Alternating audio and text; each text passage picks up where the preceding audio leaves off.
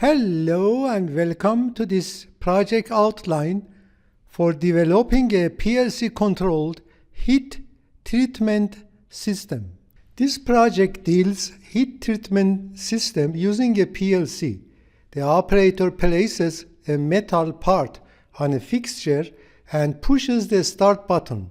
An inductive heating coil heats the part rapidly to 150 degrees by activating Q1 output terminal. When required temperature achieved, Q1 is set to 0, Q2 valve is opened to spray the item for 10 seconds to cool it. The operator removes the part and the sequence begins again. Note that if a part is not present, the sequence will not start. The system should turn light Q3 on every time 10 parts are completed. The depression of the stop button I4 also stops the process as well. In this project, I have mapped the PLC I/O pins to the related sensors and actuators in the system layout. The table links PLC I/O pins to the connected project I/Os, showing how the PLC interacts with the components. Now let's go through the pre-written ladder relay control program for the project and see how it meets the project's requirements.